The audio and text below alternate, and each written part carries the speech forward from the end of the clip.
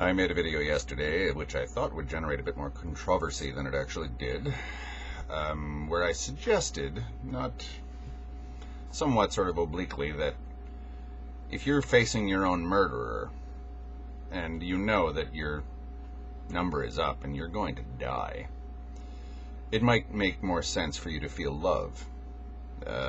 Maybe not love for that person who is killing you, but love for your fate. I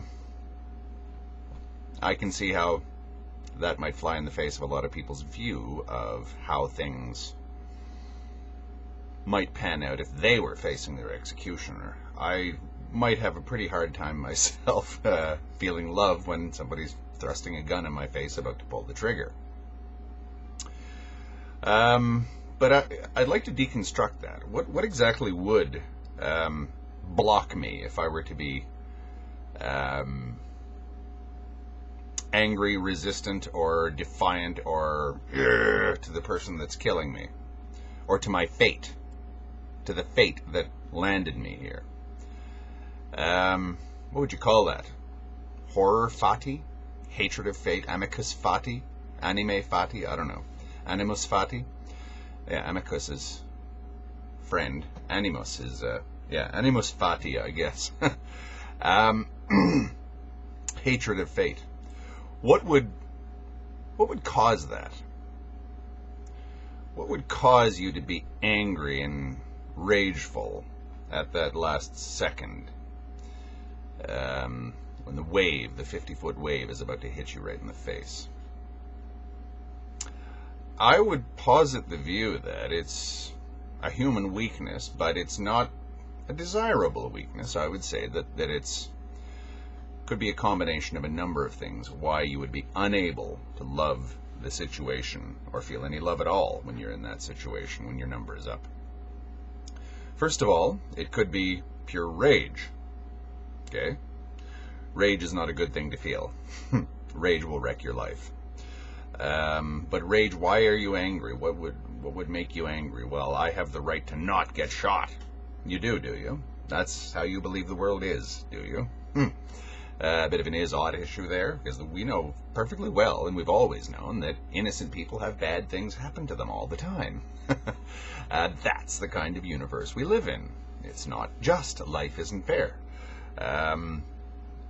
Regardless of whether or not it should be fair, we know that it isn't. It's not going to be fair anytime soon. So you're essentially asking for a universe that really doesn't exist. A fair one. The second thing, I think, and this goes a bit deeper, and maybe actually closer to some people's cases, Schadenfreude. That's part of us as well, let's be honest. You want to spend your last second trying to annoy somebody else, trying to get revenge on somebody else, trying to harm them. Why would you do that? Well, he's going to kill me. Of course I'm going to feel angry. No. You're just sort of saying anyone in that position. You're not actually deconstructing exactly where that would come from. What is the source of anger when you believe yourself on the receiving end of a massive injustice? What are you angry about? Think about that. Not just some stock answer. Anybody in your situation would be angry. Actually analyze the situation and where does the anger come from. I've got a clip below from Scarface where Tony executes Mel. I think we've all seen that, so I'm not blowing any plot or anything like that. It's a very old movie. And he basically dies cursing his executioner, Mel, in a fit of absolute rage. Why would he do that? Where's the benefit to him? Never mind Tony, who's going to kill him. Tony is simply the vehicle of inevitability. Tony is just death, which is going to come to everyone. What is he really cursing, eh? What is Mel really cursing? And why is he cursing Tony? He just tried to have Tony killed, or he cooperated with somebody who did. Why be angry? I try to kill you, then you come back and kill me, but before you do that, I make sure that I show you how much I hate you before you kill me. Wait a minute. Okay, well, if you're talking about justice, you've already sort of abdicated any claim to justice by engaging in murderous activities yourself. Mel was not an innocent victim like the young woman in the movie Schindler's List. But again, justice, eh? You think that we should live in a just universe and innocent people shouldn't be shot in the head for no reason, on a mere whim from some lunatic. You think that we should live in that kind of a universe, do you? Maybe we do, but we don't. You might as well get angry about the sky being the wrong color. That's just the way it is. Life ain't fair. Know thyself. Know that you are a man and not a god. And that justice is not your natural right. If justice were all of our natural right, if we had the right to justice, then we would be living in a very different universe than we live in now. Justice is an ideal. It's not a reality, and I don't think it ever will be, and I think most of us know that. So, when you say, as Mel does, "Fuck you," to your executioner,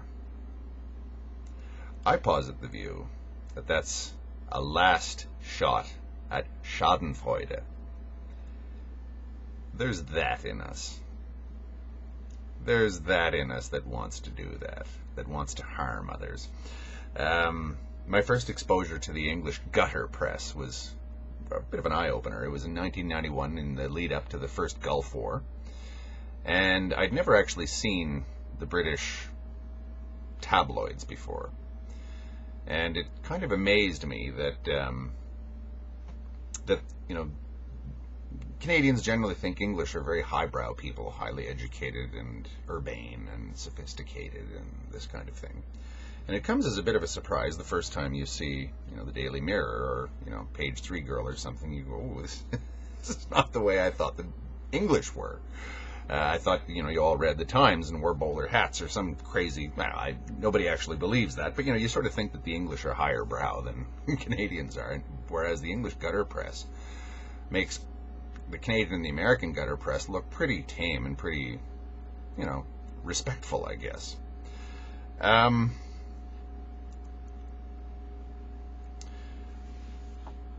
Watch how a murderer gets treated in the gutter press. A particularly nasty murderer. Even in Canada's gutter press. They usually vilify him like you wouldn't believe. Or a rapist, or somebody who's really done something that we really don't like.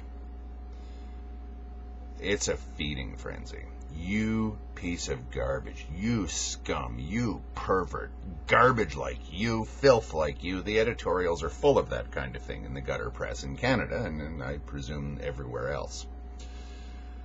You ever get the impression that people seek out these stories? Because this is your excuse to get on a good hate? This is your excuse to feel utterly sadistic thoughts with a clear conscience now? You can take, say, a notorious Canadian serial killer like Paul Bernardo, and, you can essentially think all the sadistic things you want about him, and you can wish the worst possible things on him. A lot of people wrote letters to the editor when it came to Paul Bernardo saying, I hope he gets gang raped in prison, I hope that he's tortured, all this kind of thing. Okay. Maybe he, in a way that we define justice, deserves this fate.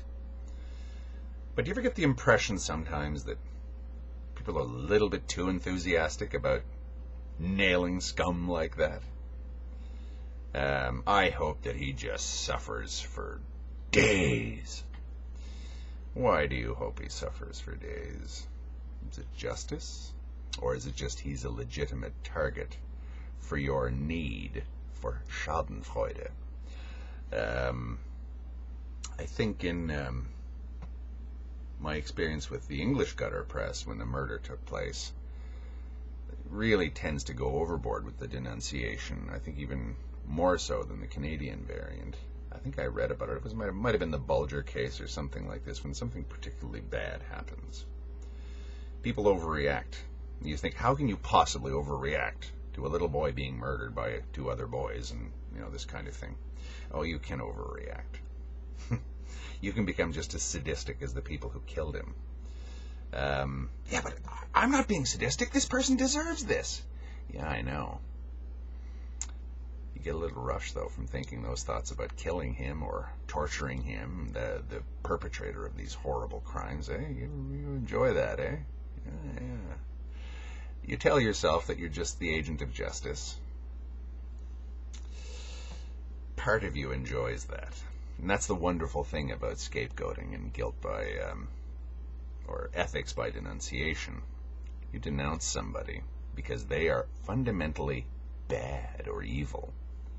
And it's open season. And it's Schadenfreude all around.